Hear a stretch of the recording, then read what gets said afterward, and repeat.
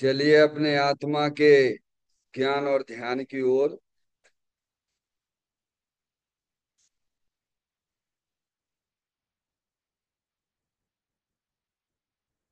अपने चंचल मन को एवं चंचल उपयोग को स्थिर करने के लिए जिनवाणी माता के माध्यम से अपनी वर्तमान ज्ञान की पर्याय में सम्यक ही ज्ञान उत्पन्न करते हुए शरीर शरीर से संबंधित जितने भी चेतन अचेतन पदार्थ हैं उनका मुझ भगवान आत्मा के साथ में किसी भी प्रकार का कोई संबंध नहीं है।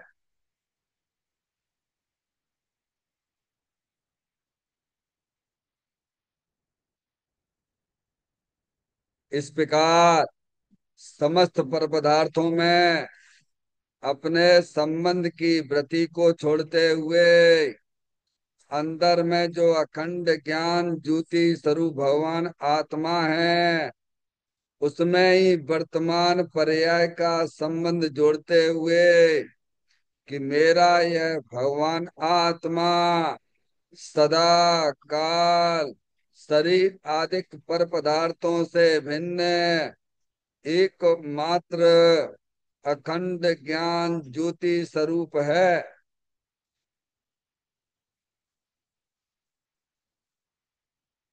ऐसा अपने आप को जानो और ऐसा ही अनुभव करो कि वर्तमान में ही मेरा यह भगवान आत्मा शरीर आदि पर पदार्थों से भिन्न एकमात्र अखंड ज्ञान ज्योति स्वरूप ही है।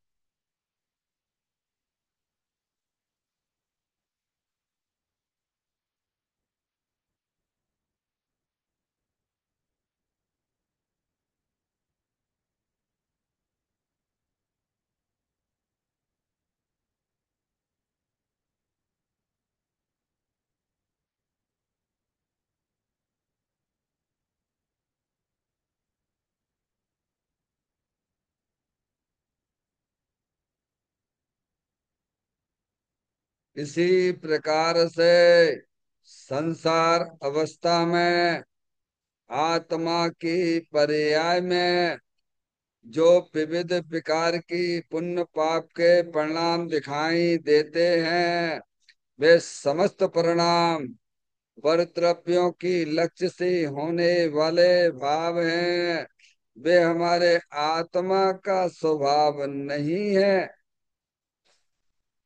ऐसे समस्त रागादिक परिणामों में एकत्व बुद्धि, ममत बुद्धि, कर्तृत्व बुद्धि, भोक्तृत्व बुद्धि तथा उन रागादिक परिणामों की ज्ञाता बुद्धि को भी छोड़ते हुए अंदर में जो अखंड ज्ञान ज्योति स्वरूप भगवान आत्मा है जो कि सदा काल शरीर रागादि से भिन्न एकमात्र पूर्ण निराकुलता स्वरूप वाला है।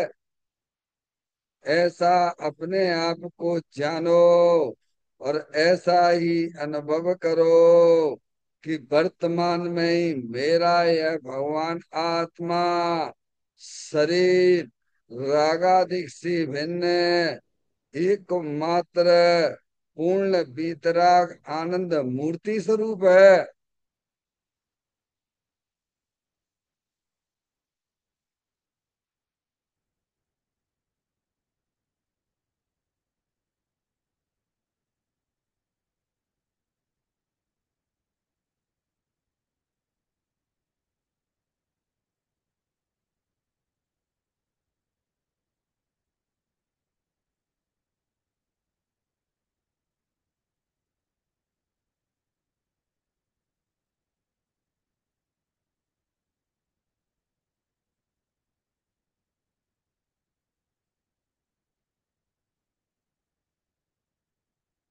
इसी प्रकार से संसार अवस्था में आत्मा की पर्याय में जो पर के लक्ष्य से होने वाला ज्ञान है, वह परलक्षी ज्ञान भी हमारे आत्मा का स्वभाव नहीं है।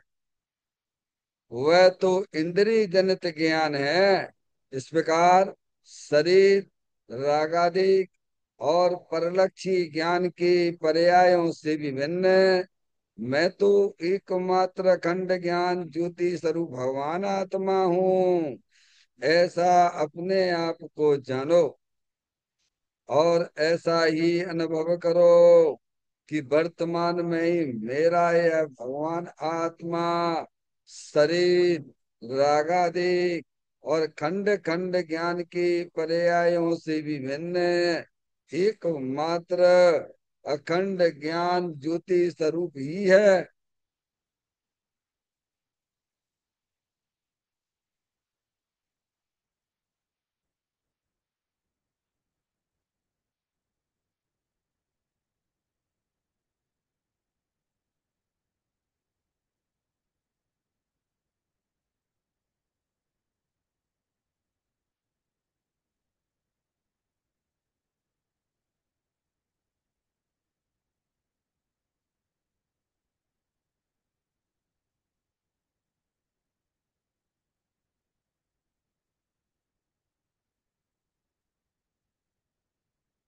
द्रव कर्म, भाव कर्म, नौ कर्म रहित शुद्धात्म स्वरूपो हम। मेरा ये भगवान आत्मा सदा काल शरीर आदि नौ कर्मों से भिन्न है। मेरा ये भगवान आत्मा सदा काल ज्ञान वर्णादि आठ कर्मों से विभिन्न है। मेरा ये भगवान आत्मा सदा काल मोह राग देश भाव कर्मों से भी भिन्न है। इस प्रकार द्रव कर्म, भाव कर्म, नो कर्म तीनों कर्मों से रहित मैं तो एकमात्र परम पवित्र शुद्धात्म स्वरूप हूँ, ऐसा अपने आप को जानो और ऐसा ही अनुभव करो कि वर्तमान में ही मेरा यह भगवान आत्मा तीनों प्रकार के कर्मों से रहित एकमात्र परम पवित्र शुद्धात्म स्वरूप है, ऐसा अपने आप को जानो कि मैं तो तीनों प्रकार के कर्मों से रहित एकमात्र परम पवित्र शुद्धात्म स्वरूप हूँ।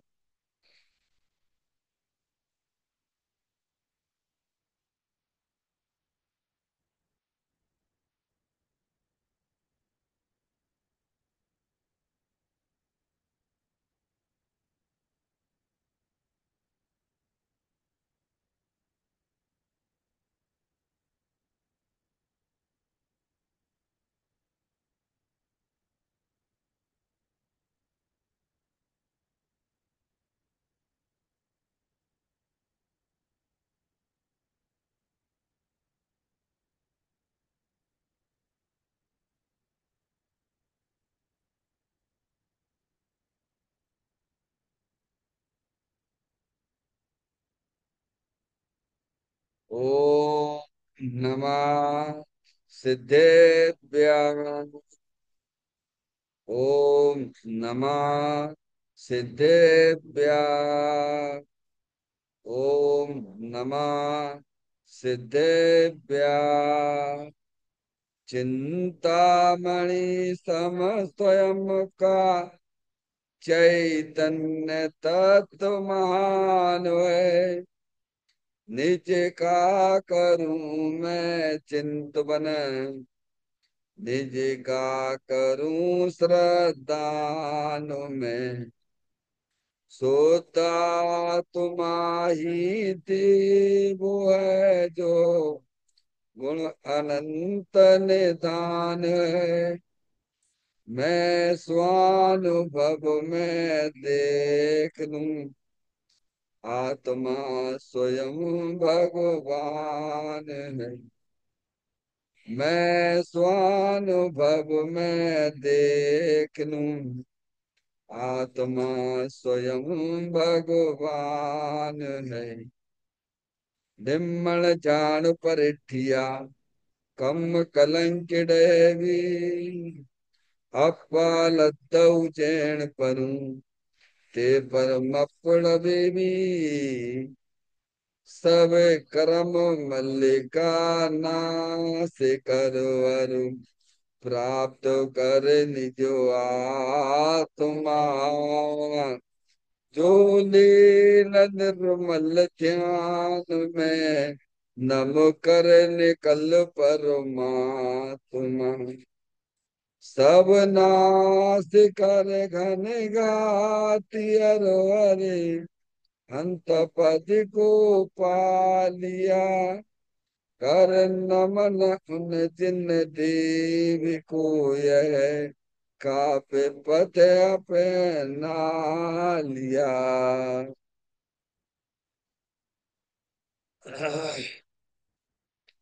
श्री योगसार जी नामक परम आध्यात्मिक ग्रंथ स्वाध्याय हेतु में विराजमान है। आज से 1400 वर्ष पहले इस महान पवित्र ग्रंथ की रचना दिगंबर संत योगेंद्र महाराज जी हुए हैं। उन्होंने इस महान पवित्र ग्रंथ की रचना की और उन्होंने इस ग्रंथ का नाम योगसार जी रखा। योगसार जी का सीधा सा अर्थ है मुक्ति के मार्ग में योग। योग का मतलब होता है जोड़, किसका किसके साथ में जोड़ करना। तो अरिहंत परमात्मा कहते हैं कि अपनी वर्तमान शुद्ध ज्ञान की पर्याय का अंदर में जो अपना त्रिकालिक स्वरूप भगवान आत्मा, जो कि सदा काल द्रव कर्म भाव कर्म नौ कर्म से रहित एकमात्र अखंड ज्ञान ज्योति स्वरूप है। ऐसी ज्ञायक प्रभु परमात्मा में अपनी वर्तमान शुद्ध ज्ञान की पर्याय का संबंध जोड़ने का नाम योग है, जिसे शास्त्रीय भाषा में सम्यक दर्शन सम्यक ज्ञान भी कहते हैं। और इस चैतन्य भगवान आत्मा में ही अपनी वर्तमान पर्याय को मग्न कराना, लीन करना, उसमें स्थिर करना, उसे सार कहते हैं, यानी सम्यक चारित्र कहते हैं। तो योग सार क्या हो गया? सम्यक दर्शन, सम्यक ज्ञान, सम्यक चारित्र वाली निर्मल पर्याय, पवित्र पर्याय, जो अपने आत्मा के आश्रय से प्रकट होती है, इसे यहाँ योग सार कहते हैं। और इसे ही अरिहंत परमात्मा मोक्ष मार्ग कहते हैं और इसी का नाम धर्म है। देखिएगा, योग सार ग्रंथ के माध्यम से हम और आप यहाँ पर 78 नंबर की गाथा का स्वाध्याय चल रहा है। इस गाथा का जो मूल विषय है, तीन को छोड़कर तीन गुण विचारें। क्या विचारने के लिए कह रहे हैं? तीन को छोड़ना है। तीन को किसको छोड़ना है? तीन मोह राग द्वेष के परिणाम, जो आपकी आत्मा में मोह राग द्वेष के परिणाम पर्याय में होते हैं, उनको छोड़ना है। छोड़ने का मतलब ये है कि उन्हें अपना जानना मानना छोड़ दीजिए आप। छोड़ने का मतलब क्या है? जो अपनी आत्मा में जो भी विकारी रूप परिणाम होते हैं मोह राग द्वेष के, उन्हें अपना जानना मानना छोड़ दीजिए। समझ आया? और गुण, तीन गुण। तीन गुण क्या है? सम्यक दर्शन, सम्यक ज्ञान, सम्यक चारित्र, जो अपनी आत्मा को जानने से, अपनी आत्मा को मानने से प्रकट होती हैं। सम्यक दर्शन ज्ञान चारित्र, समझ गए आप? देखो, यहाँ शरीर की तो कोई बात ही नहीं की है। शरीर तो आत्मा से अत्यंत भिन्न है।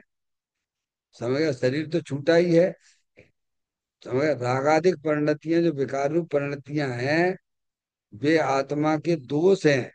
क्या है? जो परद्रव को अपने जानने रूप होते हैं, परद्रव को अपने मानने रूप होते हैं, परद्रव रूप जो हमारी प्रवृत्ति चलती है, ऐसे मूल राग देश के परिणाम अपनी आत्मा में उत्पन्न होते हैं। वे हर समय नए नए उत्पन्न होते हैं। समय में आप अंतर्मुख होके देखो कि अपना चेतन भगवान आत्मा शरीर रागादिक से भिन्न एकमात्र अखंड ज्ञान ज्योति स्वरूप है। समझ गए ना आप? तो ये काम करने के लिए कहा जा रहा है। तीन को छोड़ो। क्यों छोड़ना? क्योंकि वे राग देश के परिणाम जो है, वो राग देश के जो परिणाम है, वे आत्मा के लिए संसार का कारण है। शरीर संसार का कारण नहीं है। शरीर संसार का कारण नहीं है। समझ गया? शरीर के अंदर जो आत्मा के जो विकारी परिणाम हो रहे हैं ना, निरंतर आकुल आश्रव तत्व, समझ गए ना आप? हर समय नए नए उत्पन्न होते हैं। समझ गया? उनको अपना जानना मानना छोड़िए आप, और उन मोर आदेश के पीछे जो अपना अरूपी चेतनेश्वर भगवान आत्मा अखंड ज्ञान ज्योति स्वरूप है, उसे अपना जानिए, उसे अपना मानिए, और उसमें ही अपने उपयोग को लीन करिए। तो हम सब आप मोक्ष मार्गी हो जाएंगे। ये गुण प्रकट हो जाएंगे। ऐसा विचार हो। क्या विचार हो? मन मिला है। उपदेश किनके लिए है? असंगी के लिए है कि संगी जीवों के लिए है? विचार शक्ति किसे मिलती है? एक इंद्री से असंगी पंच इंद्री तक तो विचार शक्ति ही नहीं है। समझ गया? लेकिन वे भी सब भगवान आत्मा है। हमारे पुण्य के उदय से हम मनुष्य पर्याय में, संगी पंचेंद्रिय मनुष्य पर्याय में आए। ये विचारो, ये काम करते नहीं अपन। समझ गया? देखिएगा, इसके पॉइंटों पे विचार हुआ गाथा का पाठ करते हुए। तज तीन त्रिगुण सहित नित परमात्मा में जो बसे, शिव पद लहे वे शीघ्र ही इस भांति सब जिन भरे कहें। तज तीन, तज तीन, तज का मतलब त्याग करो। तीन है मोरा देश। त्रिगुण, त्रिगुण है सम्यक दर्शन ज्ञान चारित्र सहित। समझ गया? अपना भगवान आत्मा ज्ञान स्वरूप है, दर्शन स्वरूप है, चारित्र सहित है। समझ गया? ये आत्मा के गुण है, स्वभाव है। और विकार जो है, वे आत्मा के स्वभाव नहीं है। समझ गए आप? माता जी आ रही समझ में? इसीलिए उनको अपना जानना मानना छोड़ो। वो अपना भगवान आत्मा ज्ञानेश्वर है, आनंद स्वरूप है, सुख शांति के भंडार स्वरूप है। समझ गए आप? उस सहित नित्य परमात्मा में जो बसे। कौन से? किसमें बसना है? परद्रव्य नहीं, परमात्मा ने अपना भगवान आत्मा परमात्मा स्वरूप है। उसमें जो बसे, बसे का मतलब अपने उपयोग को वहां चेतन भगवान आत्मा में विश्राम कराओ। उपयोग है कि नहीं सबके पास में? वो उपयोग जिसका है, वो वस्तु भी है कि नहीं है? या द्रव और पर्याय। उपयोग ज्ञान दर्शन का व्यापार, वो है उपयोग है। और उपयोग जिसका है, वो द्रव परमात्मा स्वरूप वस्तु है। अपने घर में बसी। कहाँ? तुम्हारा घर कौन सा है? ये शरीर तुम्हारा घर नहीं है। ये बाहर के जो है, जो कितने घर माटी धूल के बना के रखे हुए हैं, वे भी तुम्हारा घर नहीं है। भगवान, अब शरीर ही तुम्हारा घर नहीं है। क्या? तुम्हारा घर तो चेतन परमात्मा है। क्या है? अरूपी। मैं एक शुद्ध सदा अरूपी ज्ञान द्रगु यथार्थ से, कुछ अन्न वो मेरा नहीं, परमाणु मात्र नहीं है। उसमें बसे, बसे का मतलब उसमें लीन करो। अपने उपयोग को समझ परद्रव, प्रभाव और पर्यायों से भी विमुख करते हुए, अंदर जो अरूपी चेतनेश्वर भगवान आत्मा है, उसमें जो अपने उपयोग को आराम दिलाता है, विश्राम करता है, तो क्या होता है? शिव पद लहे वे शीघ्र ही। क्या? शिव पद परमात्मा हो जाओगे पर्याय में, अल्पकाल में। ये काम करो। ये काम करने जैसा नहीं दिखता क्या? शिव पद लहे वे शीघ्र ही क्या, शिव पद यानी आत्मा पर्याय में परमात्मा हो जाएगा, और शीघ्र ही क्या, तुम्हें, देखो क्या गजब का खेल है। शीघ्र ही कह दम, ये समझ लो आप, अल्प काल में कह दम परमात्मा बहुत जल्दी, जो इतना बढ़िया ये काम कर लेगा, समझ लो उसको अल्प काल में वह आत्मा पर्याय में परमात्मा हो जाएगा। और फिर कहते इस भांति सब जिन वर्ग हैं, अनादिकाल से जितने भी हैं तीर्थंकर हुए हैं, सब की वाणी में यही बात आई है। कब से हैं? अनादिकाल से सब एक ही बात कहते हैं। जिनन देव परमात्मा सब जानवर यही बात करते हैं, जितने भी होंगे सब यही बात करेंगे, ध्यान रखना। जितने आज तक अनंत तीर्थंकर हुए हैं, सबने यही वास्तव में सुखी होने की विधि बताई है, पर्याय में परमात्मा होने की विधि बताई है। और और आगे भी जो होंगे सब एक ही विधि बताएंगे, क्या, ये उपाय करिए आप। समझ गए ना आप? ये गाथा में ये सिखलाती है। अब देखिए इसके पॉइंट पर विचार होगा।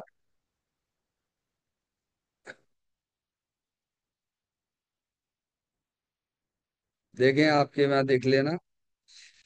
ज्ञानी की दृष्टि ऐसी स्वीकार करती है, मिल गया, पैराग्राफ मिला। ज्ञानी की दृष्टि ऐसा स्वीकार करती है कि मैं वर्तमान में ही 8 कर्म, पुण्य पाप विकार और शरीर आदि 9 कर्म से रहित पूर्ण हूँ। दृष्टि का इतना जोर कहाँ से आता? ये देखिए, ज्ञानी की दृष्टि ऐसा स्वीकार करती, पॉइंट मिला। ज्ञानी दिखा, पैराग्राफ जहाँ ज्ञानी दिख रहा है, ज्ञानी की दृष्टि ऐसा स्वीकार करती है कि मैं वर्तमान में ही 8 कर्म, पुण्य पाप विकार, शरीर आदि 9 कर्म से रहित पूर्ण हूँ। दृष्टि का इतना जोर कहाँ से आता है? आत्मा में से आता है। इन्हें नहीं मिला, इनको दे दो, दृष्टि दे दो। 78 गाथा खोलो पहले।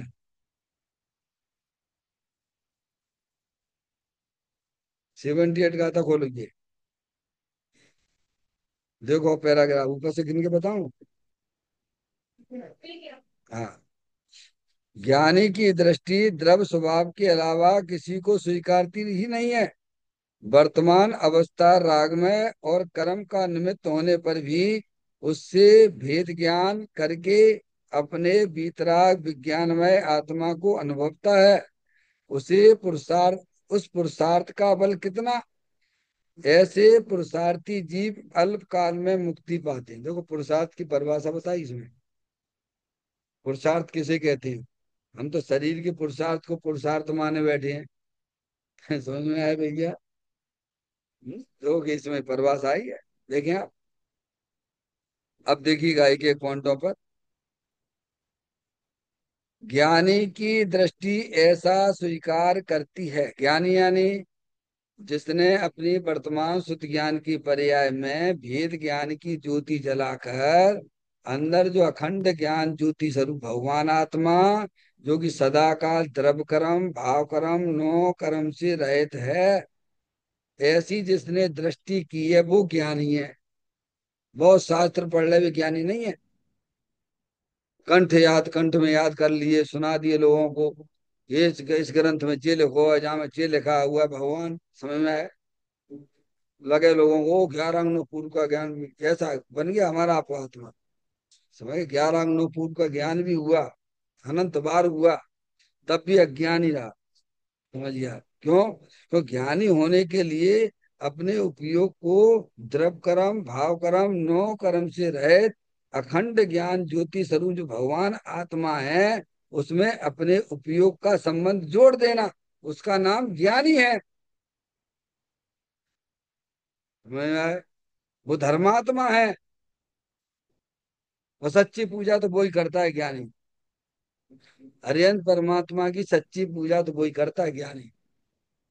मैंने आप, तो ज्ञानी की दृष्टि ऐसा स्वीकार करती है, क्या करती है? सब खेल दृष्टि का है। समझ लिया। हम्म, क्या स्वीकार करती है वो देखो उसमें बताया। मैं वर्तमान में ही आठ कर्म, आठ कर्म यानी अपनी आत्मा के साथ में अनादिकाल से ज्ञान वर्णादि आठ कर्म का संबंध है कि नहीं है।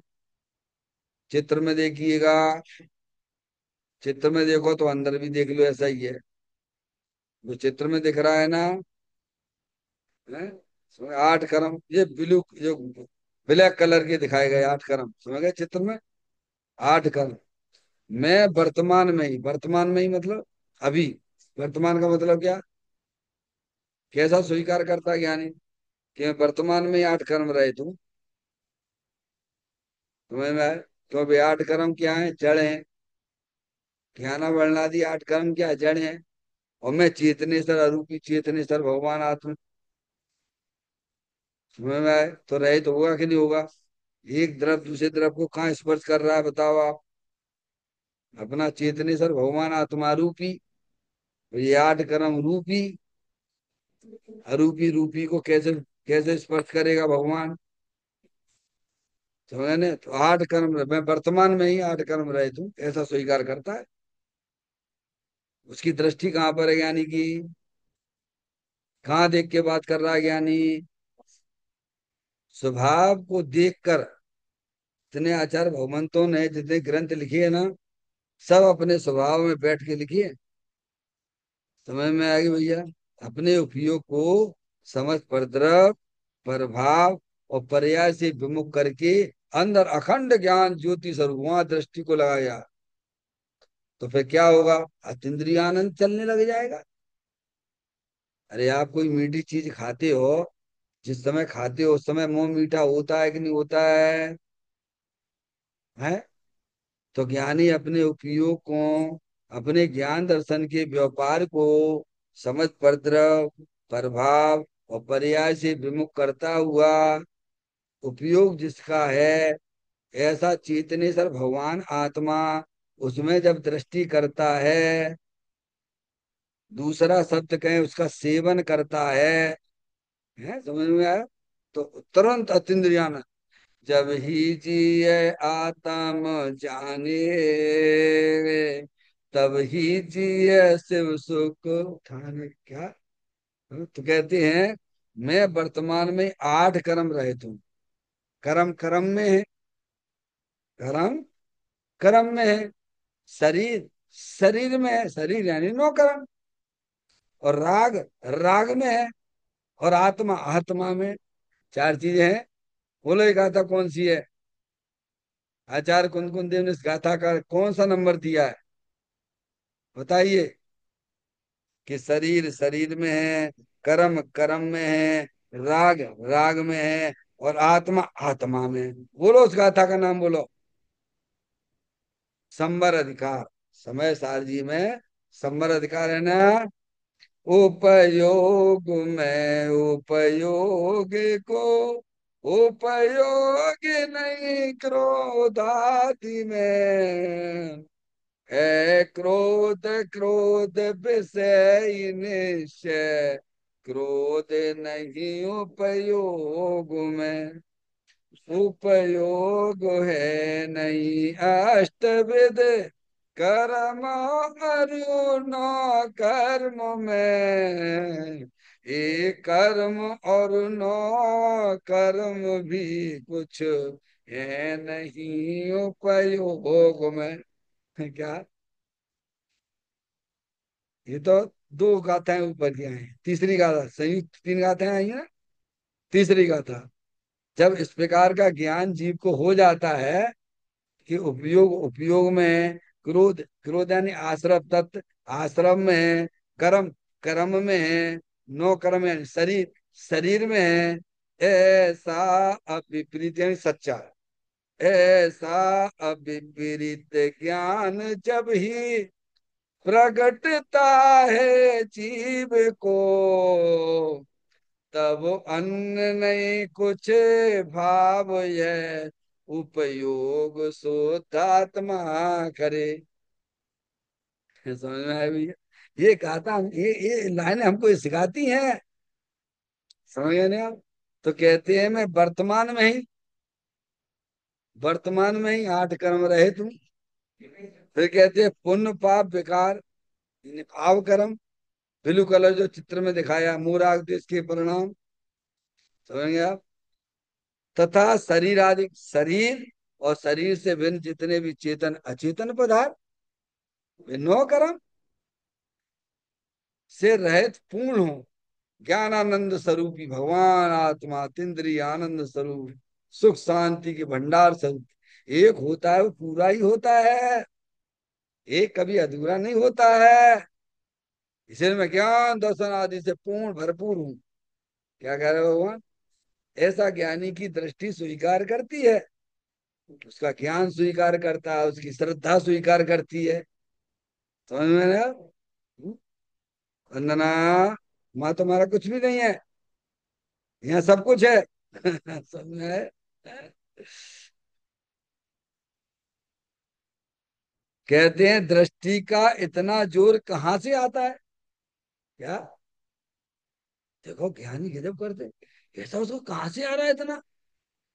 अभी थोड़ी देर पहले तो इतने वैसा हो रहा था, और एकदम कहते हैं, सिंह जागा कर्म भागे। समझे ना? कहाँ से आ गया? स्वभाव की दृष्टि वर्तती है। कहाँ से आता है इतना बल, कहाँ से आता है? अरे अपना बल स्वरूपी भगवान आत्मा है ना। बोलो वीर नाम का गुण किसमें है? शरीर का वीर गुण शरीर में है, और आत्मा का वीर गुण आत्मा में है। दोनों जुदे जुदे है ना भगवान। समझ में आया भैया? बाहर से शरीर ऐसे कोई लाचार वाचार सा दिखे, सब कर्म के उदय से ज्ञानी, लेकिन उसकी दृष्टि, हाँ, वीर उसमें से निकलता है, किसमें से? आत्मा का वीर, वीर गुण की नाम की शक्ति है कि नहीं है? बोलो क्या है? वीर क्या है, बोलो भैया? वीर वीर शक्ति का क्या काम है? अपने स्वरूप की रचना करे उसे वीर शक्ति कहते हैं, वीर गुण कहते हैं। स्वरूप की रचना करे यानी वीतराग भाव की उत्पत्ति करे, ये स्वरूप की रचना है। मनुष्यों के बच्चे कैसे होते हैं? मनुष्यों के बच्चे त्रियंच गति वाले होंगे कि मनुष्यों जैसे होंगे? हैं? तो आत्मा वीतराग आनंद मूर्ति स्वरूप है, तो उसके बच्चे कैसे होंगे? पंच परमेष्टि जैसे होंगे। कैसे होंगे? आत्मा वीतराग स्वरूप, तो ज्ञानी की पर्याय में वीतरागता क्या है? दृष्टि वहां लगाई, कहाँ लगाई है? उपयोग कहाँ काम कर रहा है ज्ञानी का, बोलो? तो इतना बल कहाँ से आ गया पर्याय में? अब मैं आपसे पूछता हूँ, वो दुबली पतली लड़की है, गरीब खानदान की है, और विश्व के पहलवान के साथ उसकी शादी हो गई है, समझ में आया? और सड़क पे चल रही है अपने पति के साथ में, और ऐसे सीना तान के चलती है। क्या? चलती है कि नहीं चलती है? क्यों ऐसी चलती है? तो दुबली पतली, पर उसके ज्ञान में अपना पति, उसकी श्रद्धान में उसका पति। कौन है? वो कैसे चलती है? तो कहाँ से उसमें ताकत आ गई, आप ही बताओ। वो दुबली पतली लड़की उसके जो है ऐसे तेज बना कैसे आ गया भाई? कैसे आ गया? अगर उसके ज्ञान में उसका पति नहीं है, तो वो वैसी है अनुभव करे कैसी? कैसी अनुभव करेगी, बोलो भैया? भले ही उसकी शादी हो गई, जैसे सोनम की शादी राजा के साथ हो गई। किसकी? है तो कांड है ना इंदौर का। समझ में आया? शादी तो हो गई, तो शादी हो गई, लेकिन उसके ज्ञान में कौन बस रहा था? वो जिससे प्रेम करती थी, नौकर। कौन? और फिर देखो कब क्या हालत हो रही है। देखो आप उसकी क्या हालत हो रही है, जेल में पड़ी है, रो रही है। समझ गए? और राजा को बसा लेती, पैसा वाला था, ये तो गरीब थी, तो मजे करती रहती हमेशा। मेरा पति राजा है, मेरा पति तो कहे पैसे वाला है।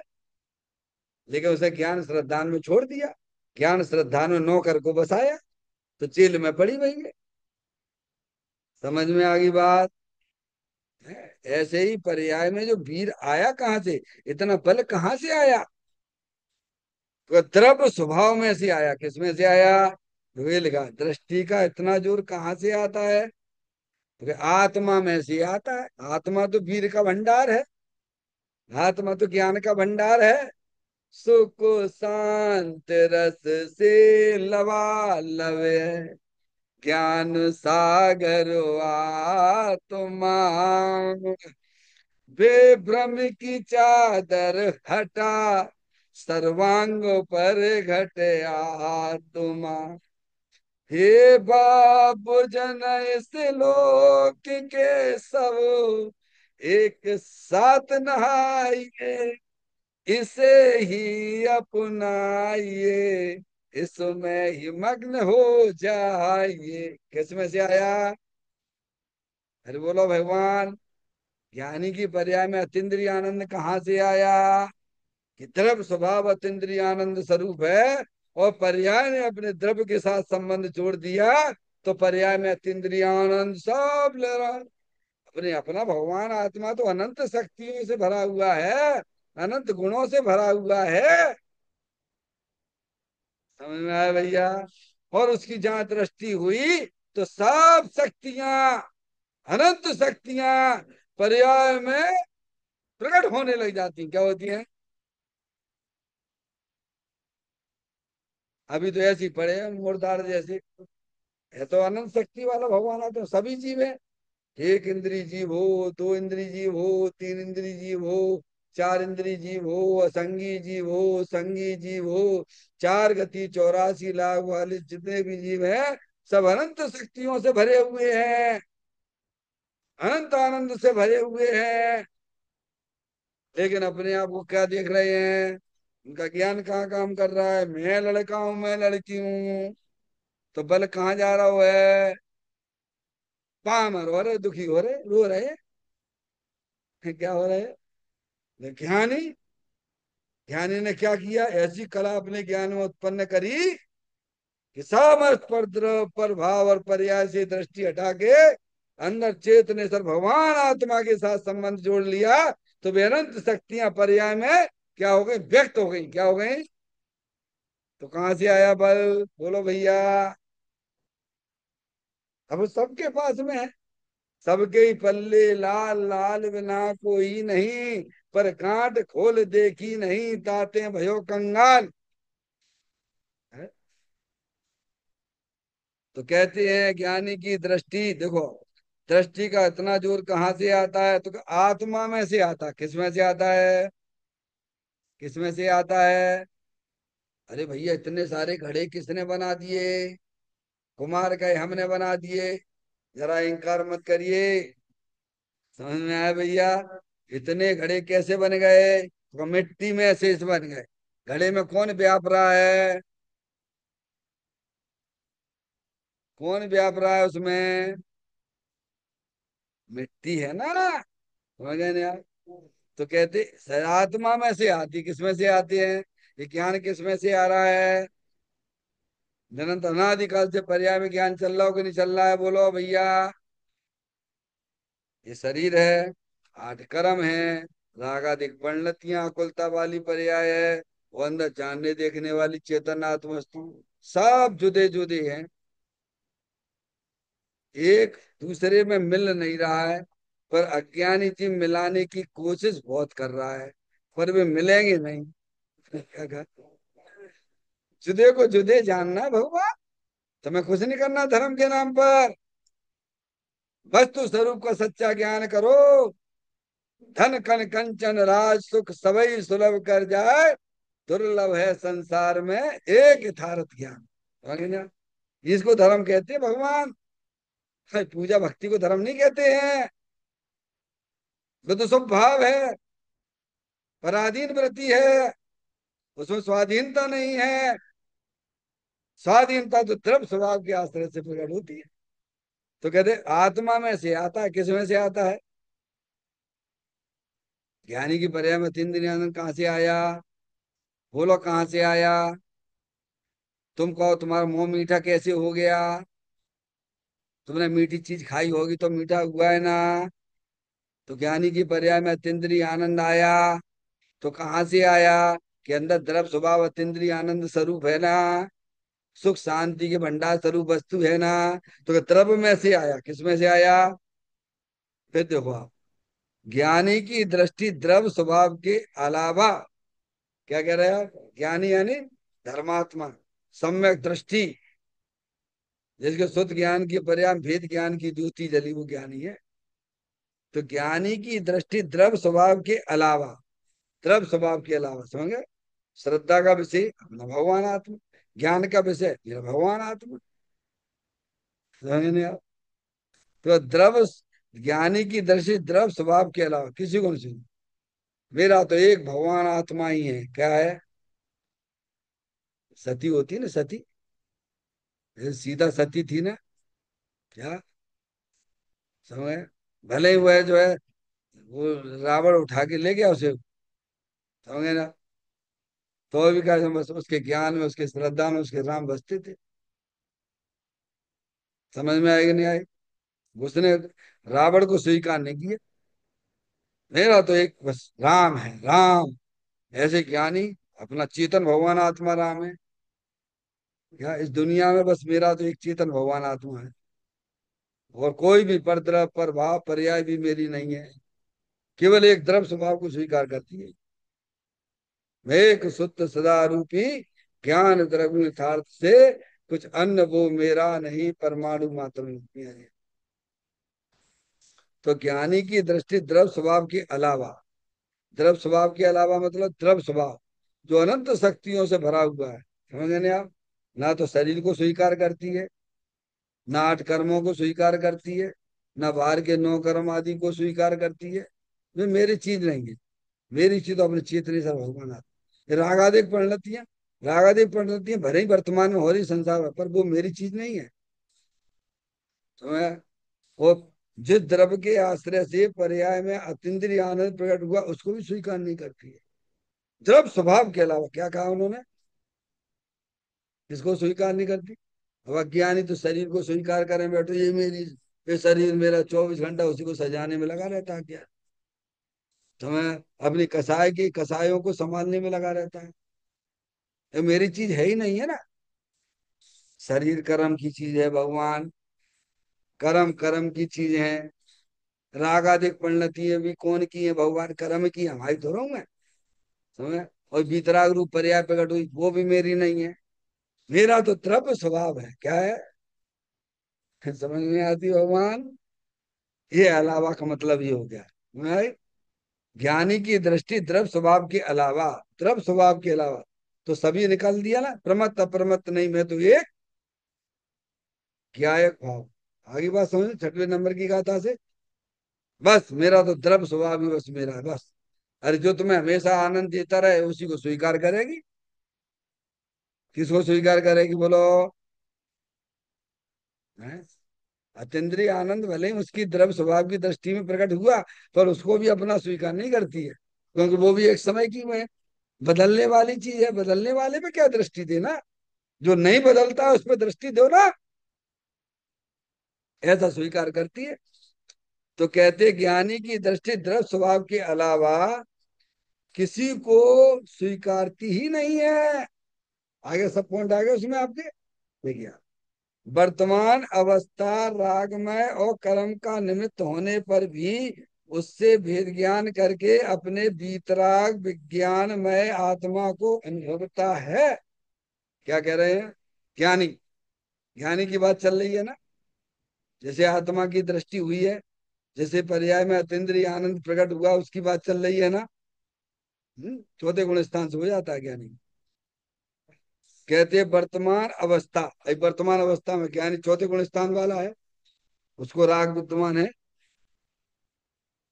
ज्ञानी की बात कर रहे हैं, ज्ञानी की तो क्या बात करनी, समय। तो वो ज्ञानी है, चौथे गुण स्थान वाले संबंधी, उस संबंधित राग है उसकी पर्याय में। अभी मिथ्या तो अनंतानुबंधी कसाई गई है, बाकी तो है ना, तीन चौकड़ियों का सद्भाव है कि नहीं ज्ञानी की पर्याय में। तो हमें भी ज्ञानी बनना है तो ज्ञानी जैसा ज्ञान भी करना पड़ेगा, ज्ञानी जैसा श्रद्धान भी आपको लाना पड़ेगा। तो कहती है वर्तमान अवस्था रागमय, वर्तमान पर्याय में शुभ अशुभ राग होने पर भी क्या तो चला गया ज्ञानी के, अनंतानुबंधी कसाय भी चली गई, समझ में आया। पर अभी अप्रत्याख्यान संबंधी आदि राग विद्यमान है, समझ गए नहीं आप। तो कहते हैं राग में और कर्म का निमित्त होने पर भी, निमित्त निमित्त संबंध चल रहा है ना पर्याय में, द्रव कर्म है, द्रव कर्म से भाव कर्म, भाव कर्म से द्रव कर्म, ऐसा निमित्त निमित्त संबंध, समझ नहीं आया। वो पर्याय में है, द्रव्य में नहीं है, समझ में आए। तो कहते हैं कर्म का निमित्त होने पर भी, समझ ना, उससे भेद ज्ञान करके, किससे, किससे, राग से भेद ज्ञान और द्रव कर्म से भेद ज्ञान, क्या कहा उससे मतलब है, समझ में आया, वरना समझ में आ रही है, समझ में आया? वर्तमान अवस्था, वर्तमान में ज्ञानी सम्य दृष्टि हो, चाहे देशव्रति हो, चाहे मुंडराज हो, समय भावलिंगी संत, समझ में अरियंत परमात्मा की बात यहाँ नहीं है, और यहाँ अज्ञानी जीव की बात भी नहीं है, समझ ज्ञानी की मैं कौन आएंगे अभी यहाँ पर, अरियंत परमात्मा को क्या, अभी तो फल में प्राप्त हो गए, अभी तो केवली बन गए, और अज्ञानी को तो है ही नहीं, भेद ज्ञानी नहीं है। तो चौथे गुण स्थान वाला, चाहे पांचवें गुण स्थान वाला, चाहे छठवें सातवें गुण स्थान वाले मुनराज हो, मैंने आप। तो वर्तमान अवस्था रागमय और कर्म का निमित्त होने पर भी उससे भेद ज्ञान करके, यानी रागमय परिणति से और द्रव कर्म के निमित्त निमित्तिक संबंध, द्रव कर्म भाव कर्म में जो पर्याय में बन रहा है, उससे भेद ज्ञान क्या करना, सबने यही काम किया है। बोलो समय सार जी की, कलश बोलिए आचार्य अमृतचंद देव का, 131वें नंबर का कलश बोलिए, क्या, भेद विज्ञानता सिद्धा सिद्धा एकल केचन, जितने भी सिद्ध परमात्मा हुए सब वेद ज्ञान के प्रताप से हुए हैं, और जितने भी जीव संसार में रखड़पट्टी कर रहे हैं वो वेद ज्ञान के अभाव में कर रहे हैं, ऐसा वेद ज्ञान नहीं है। अब मिलाने की कोशिश करा, शरीर को अपने में मिला लो, राग को अपने में मिला लो, क्या, तो जेल जाना पड़ा, 4 गति 84 लाख योनियों की जेल मिलेगी तुमको, वो मिल रही है, वेद ज्ञान की ज्योति जलाई है।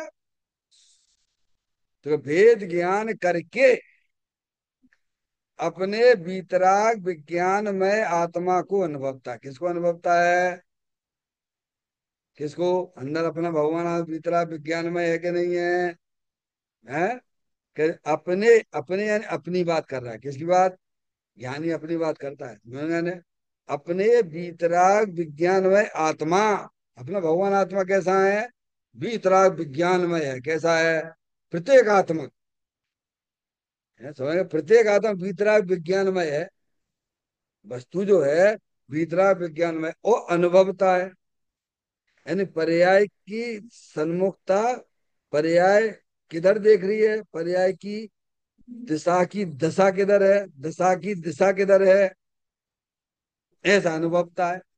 इसीलिए आचार्य कुंद देव ने समय सार जी के 5वें नंबर की गाथा में हमें ये बताया, हम तुम्हें दिखाएंगे, तुम देखना, अनुभव करना, क्या करना, तुम्हें हम जो शुद्धात्म वस्तु बताएंगे तुम उसका अनुभव करना, काय के लिए करना, काय के लिए बताइए, कि हमने सीख लिया दूसरों को बताने के लिए, उनने तो ना कही ये बात,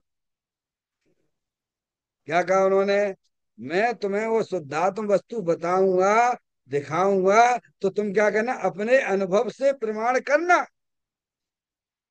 क्या करना हो। और हम क्या करते हैं, वंदना क्या करते हैं, अब अनुभव से प्रमाण नहीं करते, पर ज्ञानी अनुभव का लाभ लेता है, ज्ञानी समझता है ज्ञानी क्या कहना चाहती है, आचार्य कुंद देव क्या कहना चाहती है, आचार्य अमृतचंद देव क्या कहना चाहते हैं, हैं, हरियंत परमात्मा क्या कहना चाहते हैं।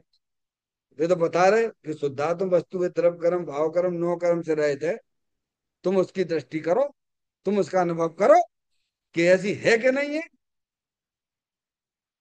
क्या कहते हैं, अरे भगवान ने बताई तो तुम्हारा कर्तव्य क्या बनता है, कि देख तो लो भगवान सही बोल रहे कि गलत बोल रहे हैं। अरे ध्यान तो लगाओगे नहीं लगाओगे। अब हम आपसे कह रहे देखो वो हीरा पड़ा हुआ है वहां पे, हीरा पड़ा हुआ है। अब तो हमारी बात को जो है हल्के में ले लो। क्या है? यहाँ हीरा, हीरा पड़ा हुआ है यहाँ पे, वो चौराहे पे हीरा पड़ा हुआ है और हल्के में ले लो। हल्के में ले लिया तो काम तुम्हारा खत्म, वो हीरा पड़ा हुआ था। ये तुम्हें हमारी बात पे ज्ञान श्रद्धा नहीं है। मैं बोल रहा हूँ इस फोटो में भगवान की फोटो है। क्या? तो भगवान के दर्शन करना तो हमारा ज्ञान भी आपको मानना पड़ेगा। हम जो कह रहे हैं उसका श्रद्धान भी करना पड़ेगा, और जैसे हम बता रहे वैसे देखना भी पड़ेगा।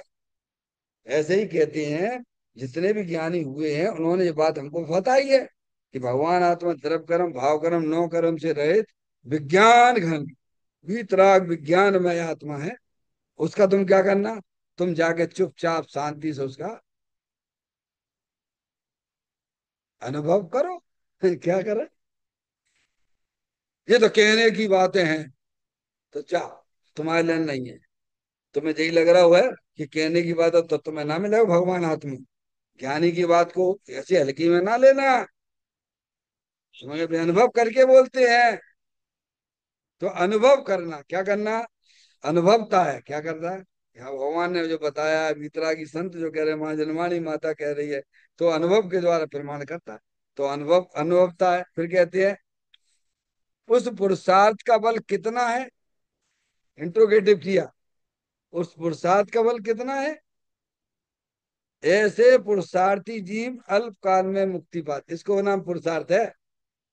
कि अपने उपयोग को शरीर आदि नौ कर्मों से भिन्न, ज्ञानावरण आदि आठ कर्मों से भिन्न, मोर आदि भाव कर्मों से भिन्न, अंदर जो चेतन भगवान आत्मा हमें आए, सिद्धि रिद्धि वृत्ति दी के घटों में प्रगट सदा, अंतर के लक्ष्य सो जाची लक्ष्य पति है, दास भगवंत के वो दास रहे जगत सो, ऐसे सुखिया सदैव समय की है।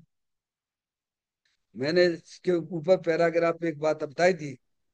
है जैसे सीए करने वाले व्यक्ति की, बोलो कौन महिमा करेगा? लौकिक दृष्टांत दे रहा हूं। सीए करने वाले की तारीफ महिमा अथवा उसका आदर कौन करेगा? है जो बच्चा सीए में पढ़ रहा है ना, तो वो जानता है कि भाई साहब सीए कैसे किया जाता है। तो वही बच्चा उसकी उसका आदर करेगा, क्योंकि उसे मालूम है ना क्या इसमें कितनी मेहनत करना पड़ती है। ऐसे ही ज्ञानी है सम्य दृष्टि जीव आचार भगवंतों की महिमा गाता है।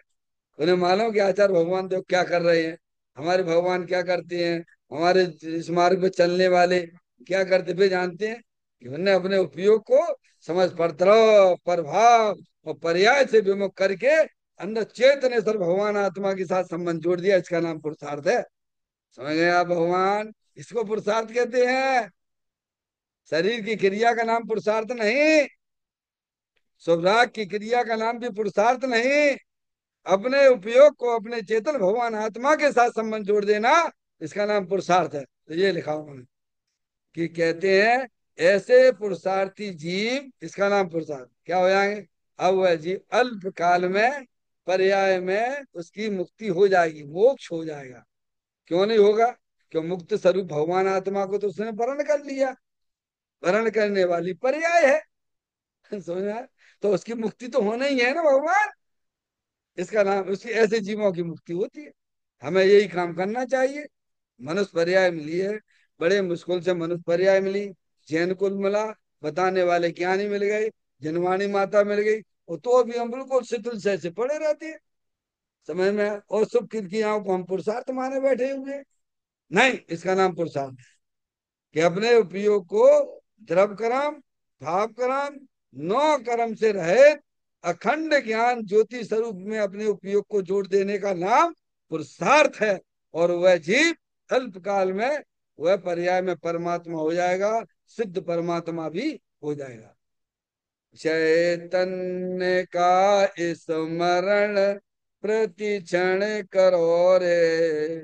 भावी के अनंत दुख को पल में हरो रे। अक्षय अनंत निज सुख निदान पाओ। गाओ अरे नित इसी के गीत गाओ। गाओ अरे नित इसी के गीत गाओ। 9 बार नमोकार मंत्र का स्मरण